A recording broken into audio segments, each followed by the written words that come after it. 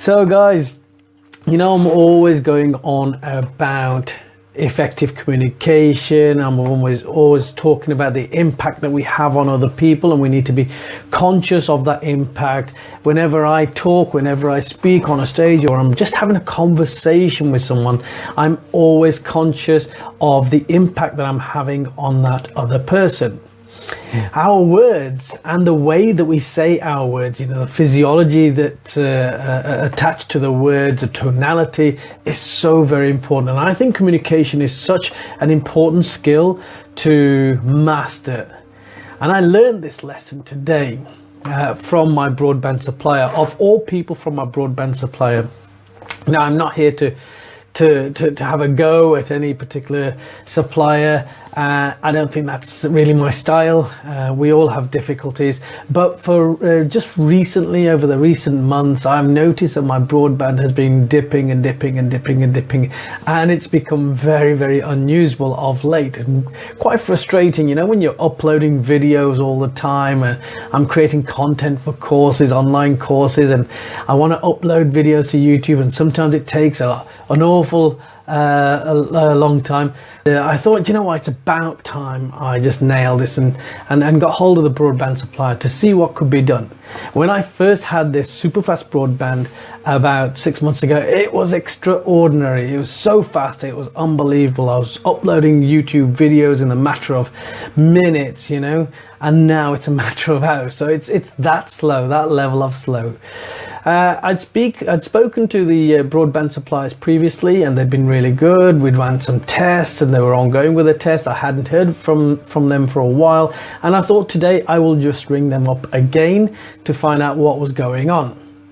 And I went through to customer service, and I explained my dilemma to this young chap at the other end of the line, and I explained the impact that it was having on my life, my business, and my general communication needs. And his response was this. So after I've explained all the dilemmas, and I've said, you guys have done some work on this before and found that the speed was not what it should be, and his response to this was, well, if we've done all these tests, then I can't see much more that can be done.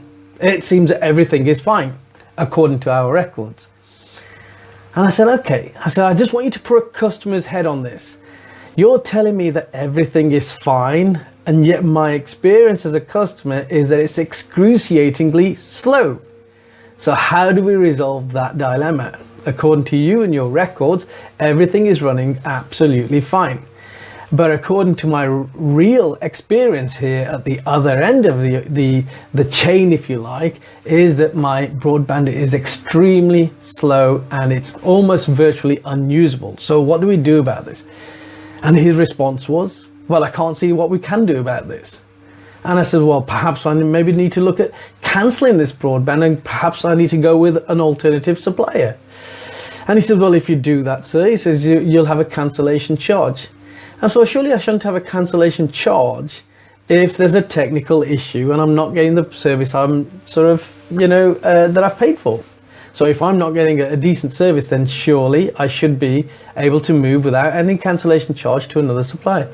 He said, well, the only people that can make that decision are the technical team. I said, and what team are you? He says, we're the cancellation team. So I said, well, so you're the cancellation team, but you're telling me that the only people who can make a decision as to if I leave or not, and whether or not I get a cancellation charge, should be the technical team. He says, yeah. I said, so what does the cancellation team do? He says, we simply process things. He said, I can't help you any further than that. And I was left feeling, and I asked to be put through to the technical team, and I was left feeling quite frustrated, thinking, okay, so I've gone through to a department that deals with cancellations, but they're saying that they can't deal with all cancellations, so they can't resolve my query. Now, here's my issue. I used to, when I was a senior leader in the police service, one of the things I did in my time in the organization was head up a department of 400 to 500 strong of first line customer contact officers. That was a call center, the contact center, the incident control room, the front desk inquiry offices across a huge geographic area. And one of the things that I always insisted is that we gave excellent customer service. And was I getting excellent customer service here? I didn't think I was. Nonetheless, I asked to be put through to the technical team, and the guy at the other end, I explained my dilemma again. He said, okay, so let's have a look. And he did what all broadband suppliers ask you to do, put the Ethernet cable into the router and check it out, check out the speeds. And he said, well, look, he said, the issue is this. He says, I can tell that the speeds that you're supposed to be getting are the speeds that you're getting going into the router. He says, so if we just go through a process of elimination and just put our thinking hats on, we know for starters that the issue is not the signal coming into your house. It's the signal going from your router through the wireless connections to your devices. He says, so now we can start narrowing it down. And he went into this huge investigative process with me. And we started ticking off things or possible solutions one by one by one. And he eventually said, okay, he says, one thing that I think it may be is that your channel is overloaded. It could be, and the one thing that could have changed in time is that somebody else in your area is using the same channel on your router, as your router is using. Now, there are several channels available, but the router will automatically choose a channel. Now, if somebody else is on that channel somewhere nearby, your router speed will go down. Bit technical. And he showed me, he spent time going through a process whereby I could select my own channel physically. And as a consequence of that, what happened was my broadband speed shot up. Now, I had a lesser conversation with guy number 2 as I did with guy number 1. The experience that I had from guy number 1, who was quite polite, the experience that I had and how I was left feeling was quite frustrated. And yet the experience and the feeling that I was left with guy number 2 was one of, I've just had some great customer service there.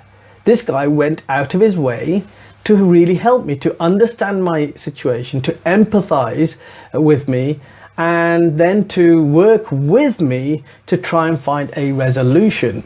And it became quite fun as we both explored the possible issues as to why we couldn't get the broadband signal that my contract and my router deserved.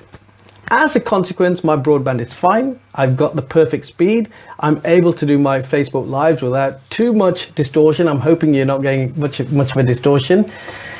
And it just resonated with me. This conversation, these two conversations just resonated with me in the sense that here I am always talking to people about how powerful your conversation is and the impact that it has on other people. And if you just take one step back from your conversation, or you're just mindful of your conversation to the extent that you are thinking and listening and really consciously being involved in your conversation, it would make you understand and realize the impact that you might be having on the other person. It's a level of emotional intelligence in the sense that you understand that the words that are coming out of your mouth are going to have an impact on the other person. And if you're not aware of your own tonality, if you're not aware of your own language, and if you're not aware of the message that you are sending out, then how can you possibly be aware of the impact that it's having on the other person? So I guess the message for today is, if you are having a conversation with anybody else, and we have conversations all the time, don't we? But if you are having a conversation with somebody else, my suggestion to you is that you make that conversation a very mindful conversation. You are present in that conversation and you think through that conversation, and you try to remain conscious within that conversation rather than working from some kind of subconscious script that you might be working from. Guy number 1, as far as I'm concerned, has probably said exactly the same thing to so many other customers in the past. And so many of those customers will have just accepted what he's had to say, walk away from that conversation with their heads down thinking, I can't go any further. I challenged that conversation and I took it to the next level and resolved my issue. But he was working from a subconscious script. He was coming from a place where he was saying that I can't help you any further. I literally cannot help you any further. I've heard this issue so many times and I can't help you any further. That's what he was saying. But this is the same script that he's been playing out to so many other people in the past. So there you go, guys. That's a lesson I've learned simply from talking to my broadband supplier. And here I am, having had a great conversation with guy number 2, and I've got my broadband up and running to the speed that it should be at, and I'm off now to go and upload a whole lot of videos onto YouTube because I can do it now.